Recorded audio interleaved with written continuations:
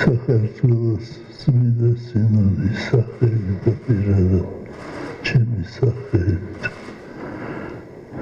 ეს ორი კვირა ძალიან რთული იყო ჩემი ჯანმრთელობის და იძულებული ვიყავი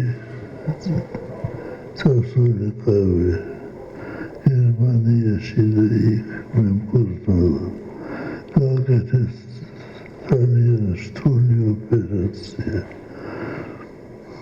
აი ამ დროს შეიქმნა რაღაც უცნაური სიტუაცია, რომელიც ისტორიას არ ახსოვს, საქართველოს ეკლესიის ისტორიას არ ახსოვს ასეთი შემთხვევა. ეს არის არა მარტო ეკლესიის პრობლემა, არამედ ერის პრობლემა და სახელმწიფოს პრობლემა. ამიტომ ჩვენი ხელისუფლება აქტიურად უნდა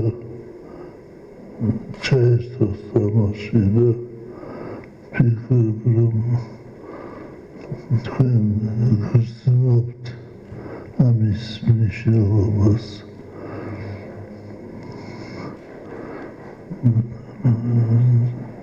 უკვე მოდის გამოძახილი უცხოეთიდან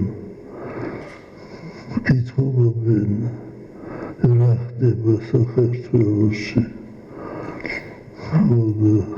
ჩვენ არა გვაქვს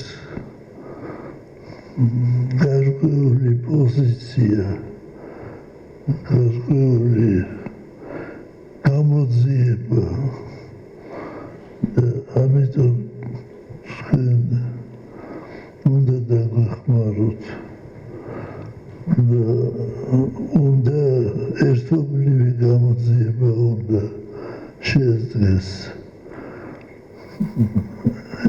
სახელმწიფოსი და ეკლესიისა და ხალხს უნდა მივცეთ პასუხი, ხალხი ღელავს და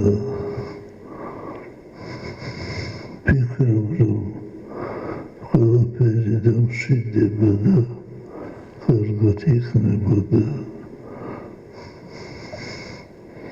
მაგრამ ყოველ მოვლენას თავისი სახელი უნდა დაერქვას, უნდა ხალხი დაკმაყოფილდეს და დავშვიდეს.